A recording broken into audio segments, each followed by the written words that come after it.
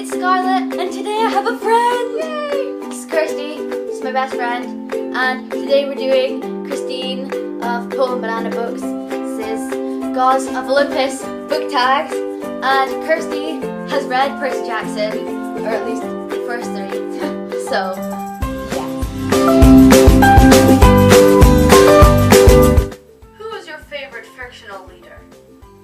Okay, so mine is Percy Jackson, From Percy Jackson. and the Olympians, Yes. and it's my favorite fictional leader because he's the best. Okay, and mine is Kara from the Divergent trilogy, just because she is, well, I like her partly because in Allegiant she turns like really nice and she starts being really friendly to people, and I think she's a nice person. So yeah. Nice. Who are your favorite fictional parents?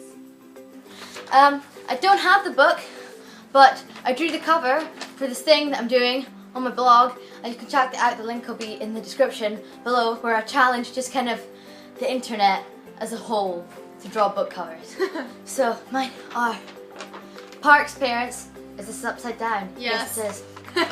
So mine are Park's parents from Eleanor and Park. I mean, it obviously wasn't going to be Eleanor's parents. Duh. But Park's parents, because they're just the best. I really like his mom, so yeah.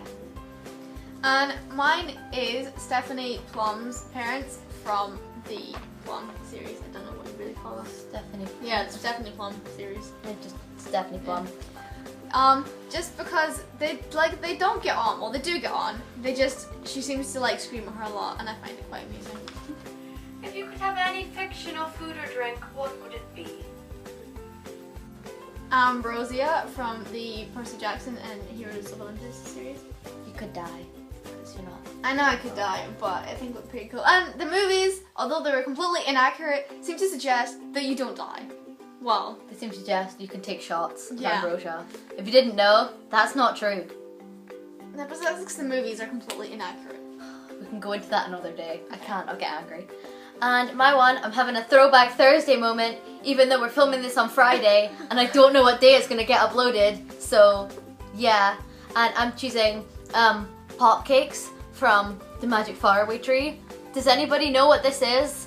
It's Enid Blyton, the Magic Faraway Tree, and it's about this place where at the top of this magical tree there's a different land every day, and it's awesome, and there's all these weirdos who live in the tree, and this fairy called Silky makes these things called pop cakes, and they're like biscuit things, and they like pop in your mouth, and there's this weird like sweet juice stuff in it, and I was like, I need to taste this, it sounds so good. So pop cakes. Name a book in which water plays an important role. So I am going to choose Bloodlines by Rochelle Mead, because Jill's super vampire power is water, and that comes in really useful, not particularly in this one, but it's useful in the Fiery Heart, so yes. And, well, we don't have the book on our shelves, I have all the other ones. but I would have to say the Goblet of Fire, and I would like to say, well, the lake scene from that, just because I thought it was a really cool scene. It was a dramatic scene. It was a cool scene. It was good. It was funny with the whole, I killed Harry Potter! Backflip. Fun times. That was the film, Scarlett. God. I'm sorry. At least it's not as bad as, hey, get off our roof! Oh my god. Which character do you want to party with the most? I can't decide between Adrian of the Avashkovs from Frostbite, because he would be fun to party with, because he's like a party boy thing, or Magnus from the Mortal Instruments series, because he would be fun to party with. Did you read the party scene in City of Bones? That looked like a fun party. I want to be there. And I chose Divergent again, and I chose Floor/Tobias because he would bring the Dalton's cake.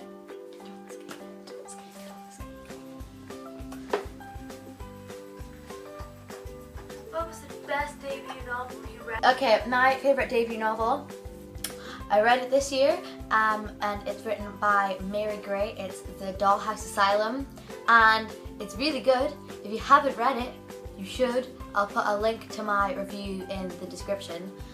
It's kind of about this world where this evil demon plague thing takes over the earth, and this girl's boyfriend, who's her teacher, which is weird, That is weird. takes her away to this new quarantined like community place, and they're all forced to pretend to be tragic couples from literature. Yeah, Harry Potter again, because I really like the first Harry Potter book because I just like the way we got to know all the characters, and I just thought it was really cute. They were just all small.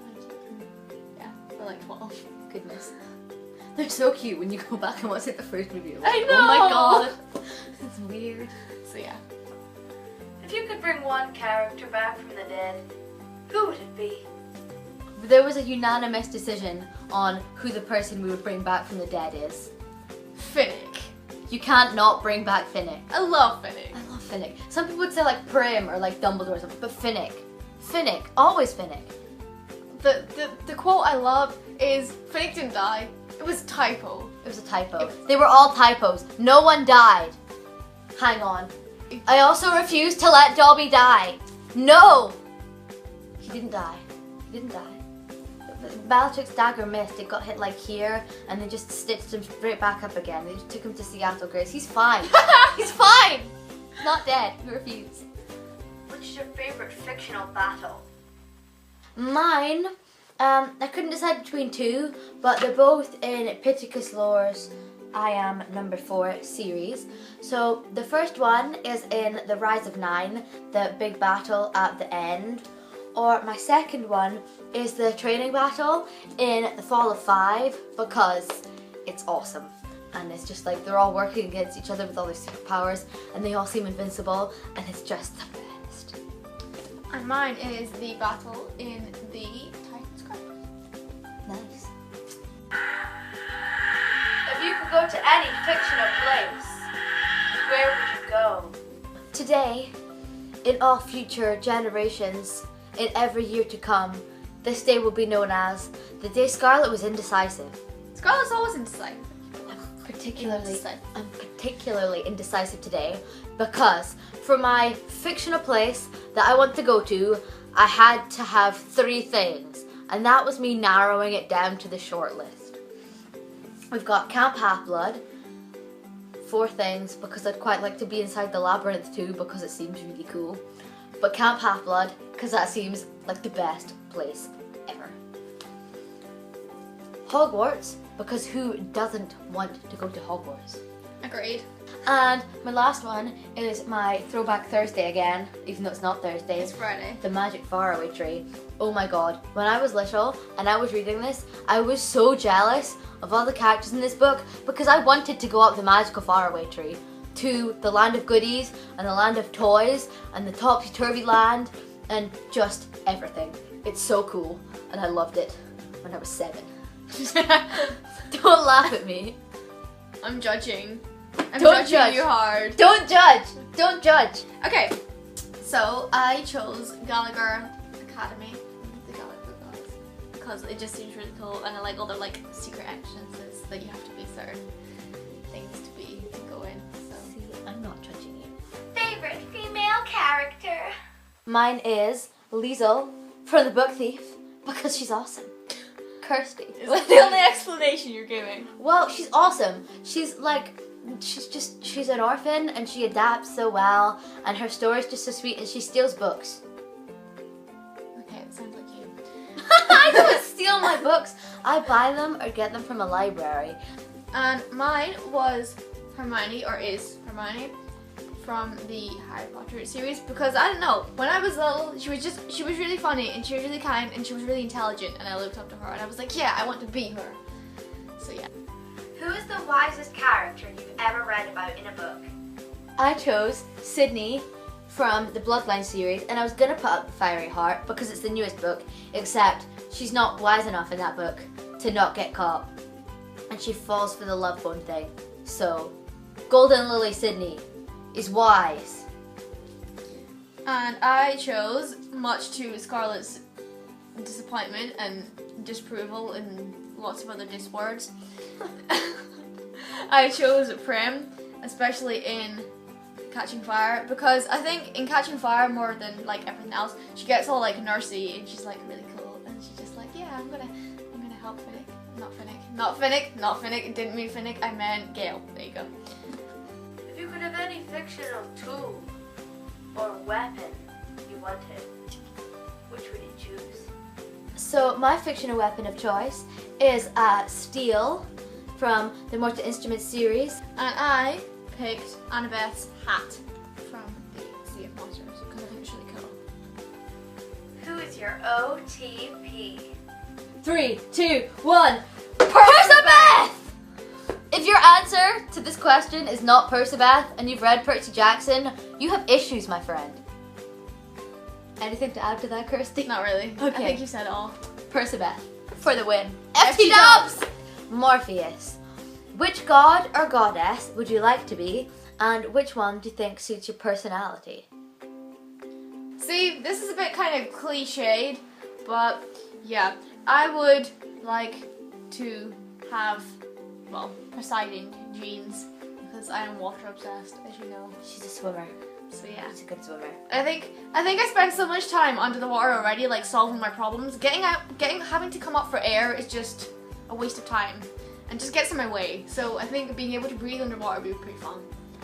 I have 2 answers for this. I would love to be like Athena because she's awesome, and it means that like Annabeth's my daughter, and I can lay claim to that. But if you hadn't noticed, I'm really not very wise. But according to my personality traits, I don't know. I cannot decide. I bet there's a goddess of books. If there's a goddess of There books, will be. We can I should be have her? done research before we did this question. Let's invent a goddess of books. If there's a goddess of YA fiction, then I am her.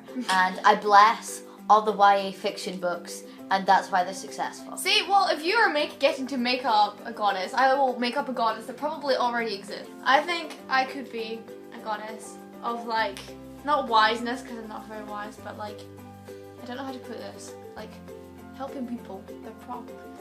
She is. She should be a therapist, sort of godchild thing. I went from a therapist. Like a cross between like a fish and an owl. Cause like fish swim and like owls are like all knowledgeful. You're like Percabeth's child. You got the Poseidon genes and the Annabeth wise genes. Why don't we just And that's cross my Poseidon and correct Athena and see what happens there? Would that not make more sense? Maybe. Let's. That would be a half-blood, that would be fun. No, it wouldn't be a half-blood. You'd be a god. I know. I'd be a godchild. You'd be a god of the fish therapists. I bet that's a thing. Okay then.